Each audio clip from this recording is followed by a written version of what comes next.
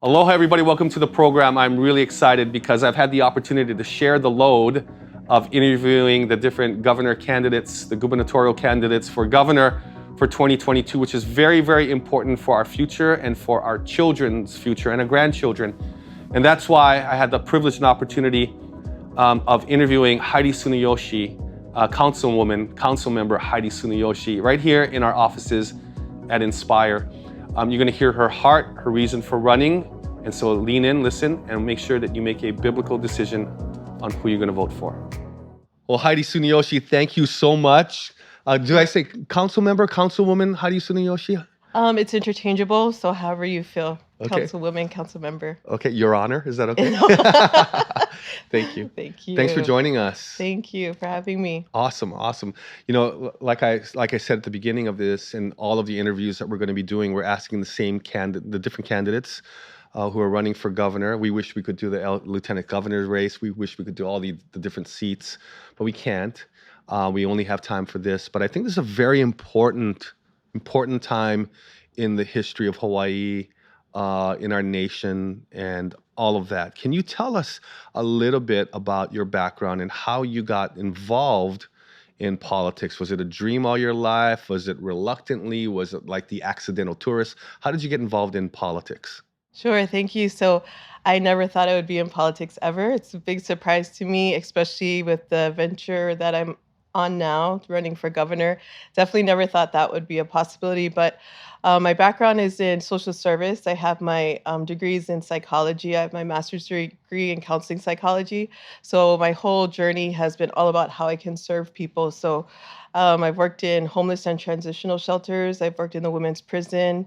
I worked with at-risk youth at the Department of Education, and I coordinated a statewide child abuse prevention program, and all of that led me into working for a previous council member for 8 years, and really saw that as a different way to serve the people after seeing everything, all the challenges that individuals and families face. And after working for him for 8 years, the opportunity presented itself for me to run for a council member, which I didn't reluctantly, was like, I don't know, that sounds like a lot. I've never thought about being in politics before.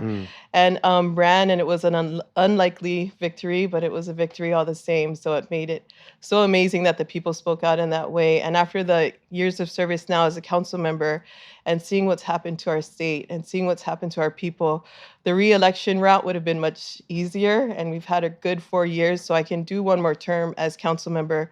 But after really praying about it and seeing what was happening to our people, just felt the calling to make changes at the highest level of our state, because after seeing government from the inside out, knew that things have to completely change for it to be that difference that we need right now. So it's been a journey, an unlikely path, but in every path, seeing where's the next step for service, and it's brought me here. Yeah. So the last 4 years. So before that, before the pandemic situation that we've been into for the last 2.5 years, you already won prior to that, correct? Correct. And so then now you're on the inside. You see how they make the sausage, and you're going like, oh, okay. Yeah. Yes. Now I know that we've got to make some changes in the state. So the first question, 1 out of 4 that every candidate is going to be asked, and it's going to be interesting. I think it's easy. I actually think it's going to be easy. Just speak from your heart. Given your experience, what is it going to take to turn this state around?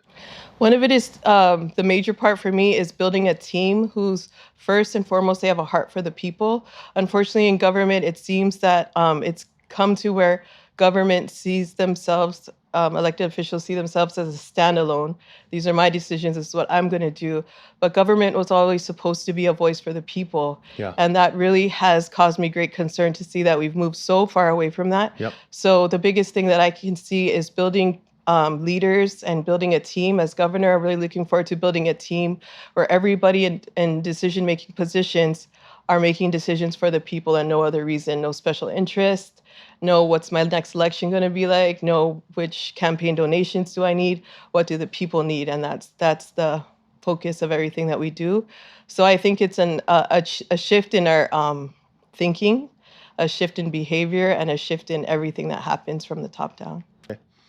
When you see like the dictatorial style that has emerged in the last 8 years or so, even less than that, when you see that kind of style, it doesn't necessarily resonate with the people. I mean, they may say, well, we want somebody to fix this and straighten this out. And that style, it looks appealing in the very beginning, but then after, when you realize that maybe that's what you got to be careful what you ask for. Right. Right. Because the experience, the background, everything that you say you can do as far as your skill set, none of that matters unless you're doing it for the people. And that's what I think is really missing from our government. So that's why, unlikely as it is for me to run for governor, I know that moving forward, that will be the focus for our state. So Great. Second question. Heidi, what is your perspective on how the water crisis has been handled? How would you handle it differently? And do you have any thoughts on a potential food crisis in the state of Hawaii? two very important issues. I always start by saying nothing against the military. My dad was served in the United States Navy. Yeah. My brothers served in the Army Air Force. That being said, those fuel tanks need to be moved immediately and not just stop working on the fuel tanks, but actually get them off our water aquifer. And so as governor, there's been a lot of talk about we're going to make sure that the military does what's right and remove the fuel tanks from above our aquifer, but really nothing of substantial, very intentional action being done. So there are things that the governor and our Congress could do right now to get the fuel tank not only stop working, but actually remove the fuel. And that's what we need to do. As we know, we already have one island, Kaho'olawe, which the water table was cracked due to military activity. And so to have another island, our main island of Oahu, in the potentials of such a severe water crisis, because that's our main aquifer, 40% of the water from our island comes from there. And once it's contaminated, there's really no turning back from that. Is it already contaminated? It is. It is? And so would you see a solution then? Okay, because we still have the possibility, well, we need that fuel, right? It sends the jets and Air National Guard and everything into the air to be able to defend us just in case. We've got China breathing down our neck. We've got Russia patrolling our waters. And they actually are. They're playing cat and mouse with us. Right. What are we going to do? What do you think? Maybe you might not know. You might know. I do. Okay, you do. What's the solution to where we store this fuel? So we had this discussion in committee meetings. Our city council has taken an active role in bringing the military to the table, and not only current military, but ex-military at the highest levels of service. And we had someone come in as retired who did say that there are ways to already even temporarily move it offshore. And the military has ways to do all of this. It's just an issue of wanting to do it and then relocate it to someplace that's not on top of our aquifer. So the military has done it in the past. They could do it now. They just need a state to be able to say, this is what we need for our people. And like I said, my background is with the military, but the bottom line is the military cannot act against humanity. And in my opinion, this is an act against humanity to know that you're possibly contaminating a large percentage of our water sources. So we need to take action immediately and work with the military for the options that they need to move it offshore until another location is found. How would what would be your perspective? Like, we've got a water crisis. We've got food supply chains. We've got food safety issues. All of that. How, as governor, what would you implement to ensure that we're not as dependent on Ukrainian wheat? We're not as dependent upon corn from Iowa. What would we do? So the important thing to know is that our food security is the main issue for me as far as what we need to be able to have in place and work on it immediately just in case of any emergency if our docks shut down. As we all know, we have a very limited supply of food source on island. I heard we had 12 days. Yes. 12 days. And that could lead to... And only 21 ambulances to service the whole island. So as governor, that's one of my main focuses. The Department of Agriculture and the state has acquired a substantial amount of agricultural lands and are holding it within the state, but nothing has been done as far as infrastructure, as far as helping farmers, as far as connecting farmers to businesses and to suppliers. So as governor, that's one of my main issues that I want to work with. And the good news, I always like to put in a good news plug about it, is that there's people in the community who are already doing this. There's farmers on small scales, there's low-e farmers, there's all these kind of things happening, but they don't have the support that they need to do that on a larger scale. So even to the fact of having a low-e farmer in the community being able to give that to a school in the area and just to start doing things like that, to have food sourced from the community going to our Department of Education. There's so many amazing things that we can do. It just takes the leadership and the willpower to do it.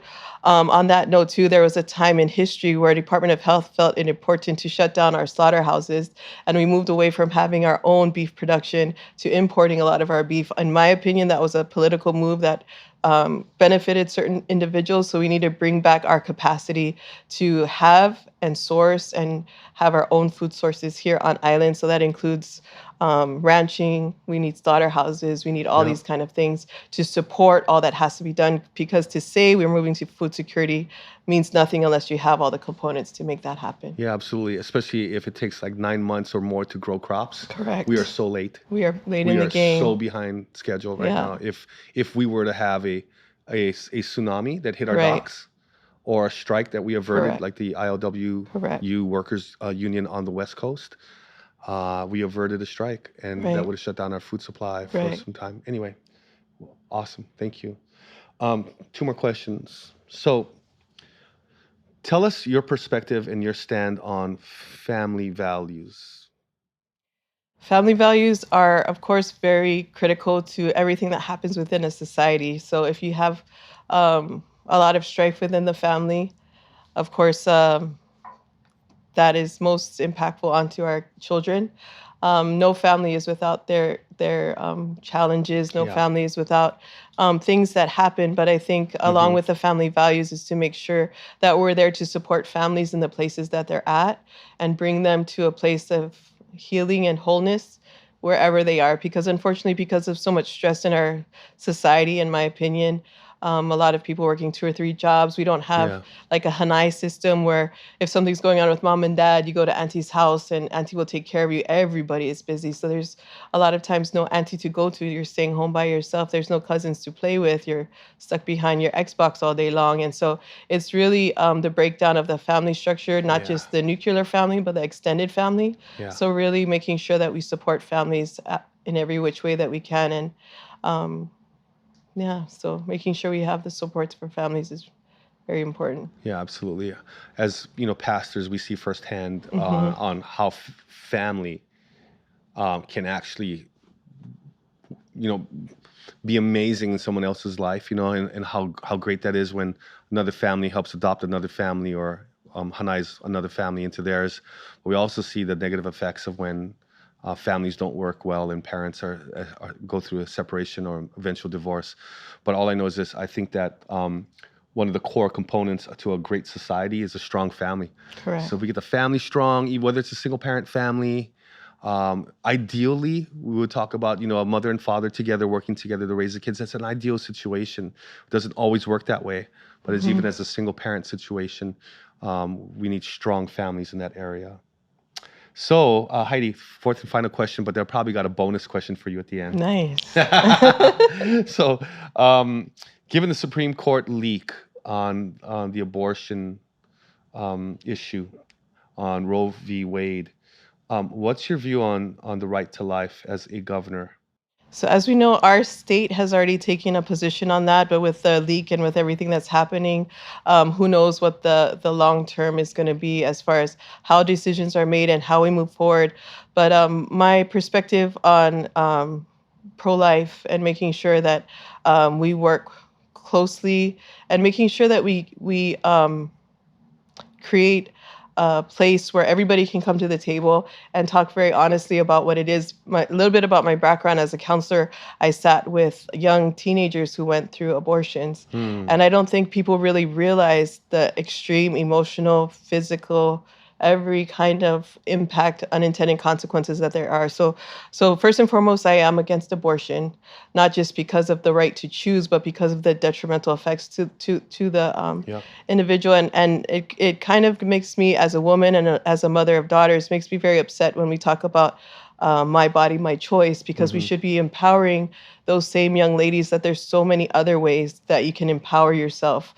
The Roe versus Wade decision, of course, was a situation where it was a very specific issue where that individual wanted that as an option for a very specific scenario, but is now came into, in my opinion, contraception, a way of contraception, which we can never see Mm. abortion in that way. Yeah. So it's really taking it all the way back and educating people historically. And hopefully, once you educate people and talk about the unintended consequences for the woman and everything that's going to happen, that we can get people more on the same page. Because the other thing is when people are so divided and get so angry and talk about on both sides of the issue with such passion, many times well intentioned, but it derails very quickly. So would hope to bring people to the table and the realities of abortion and make sure that we know there's a better way for women to lead their lives. That's great.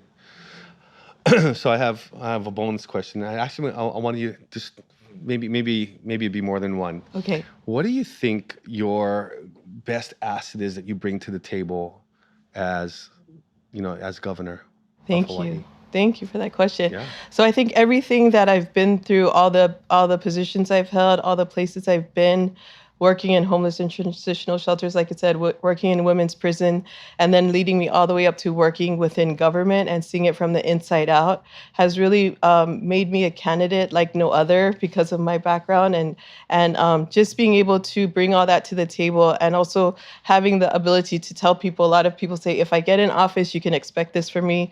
If I get in office, I'll be doing this, X, Y, and Z. Fiscal responsibility is a big one. A lot of candidates run on fiscal responsibility, but you can actually see from my record and go to the city council website, see how I voted on things. Okay. And so there's actual proof in the pudding, if you will, Yeah. that this is who I say I am, this is who I've been, this is who I will be for you. Yeah. And bottom line is I'm from here. I've part Native Hawaiian, like I said, and my roots are here, and I love this place, and I will fight for the future that we need to have.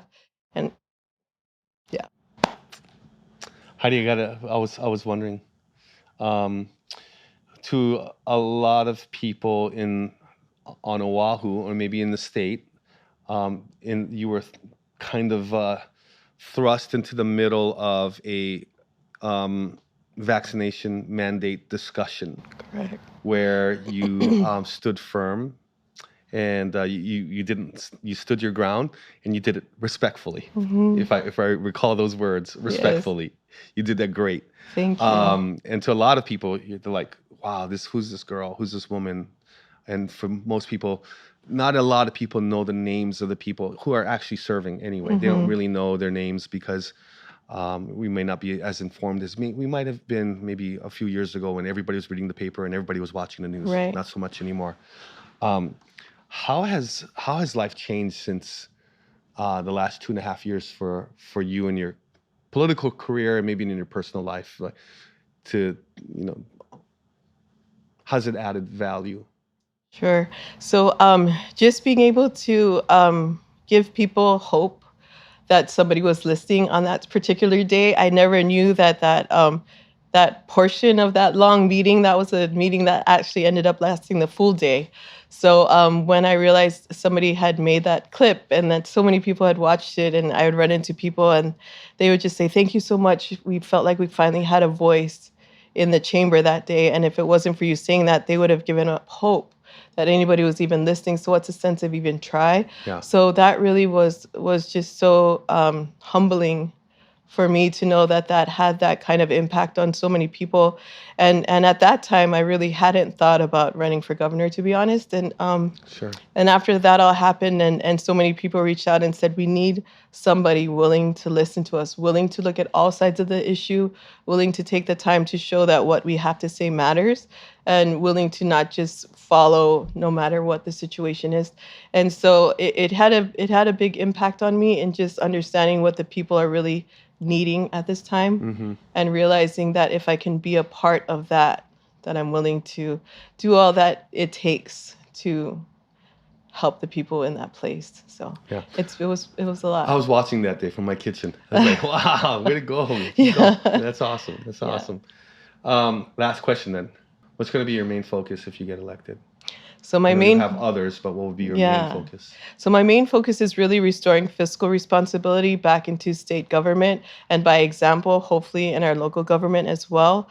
I always say, even at the city now, that it's not a matter of not having enough money to run government. It's the way government is spending our money, and it's disrespectful, in my opinion, for for elected officials to make decisions on spending millions and billions of dollars in the way that we've been spending on it, knowing how much the people are suffering and how the cost of living is out of control. And every little increase means a lot for the people. So the first thing is really focusing on fiscal responsibility, taking out a lot of the unnecessary parts of budgets, which tends to be in cost overruns and consultant fees and all these fancy things that the people really don't see any return on investment for their taxpayer money. I think if the people saw our parks are beautiful, our roads are so nice, everything's going awesome, then when you pay your taxes, you'd be like, that's okay, because I know that a lot of things are happening that are good. But when nothing happens and things keep getting more and more expensive, that's when the problem is. So fiscal responsibility, making sure that all the money is used in ways that the people appreciate and can see it, it really helps my quality of life. Making changes to the Department of Education needs a lot of help. Department of Health needs a lot of help. Department of Human Services needs a lot of help. A lot of those frontline services for our people, there's a lot of departments that need help from the top down. And so on my website, actually, it lists all the things, and it's a lot. But I think the main focus is building a team where we can work together and make sure that everybody is there for the right reasons, that I think we can get it all done. I've made a very strong stand about how things should go moving forward, and I'm just hopeful, and thank you for this opportunity to get the message out to people that there is a way forward. It's different than most people see, and it's something that people might not be aware of. But the more people that know that there's an opportunity to really change things around, I think that'll be good. So. Councilwoman Tsuneyoshi, thank you so much for joining us here today. We really appreciate all of your time. Thank you for running, and good luck, and God bless you, okay? Thank you so much. All right. Thank you. Bye-bye. Aloha. Aloha. We're so grateful for Heidi Tsuneyoshi and her example and her ability to communicate her passion. Please make sure that you go to the website at the bottom to make sure that you find the right person to vote for by doing a deeper dive on their websites and learning a little bit more about the candidates that you will support. I want to thank you in advance, or thank in advance, the different pastors that have helped to do these interviews. Pastor Waxer Tipton, Pastor Norman Nakanishi, Pastor Dave Barr. I want to thank them for offering their time and their expertise in asking those same 4 questions. Until then, everybody, you have a great summer, and we'll see you back here after we find out who's going to be in the general election. Until then, take care, God bless, and aloha.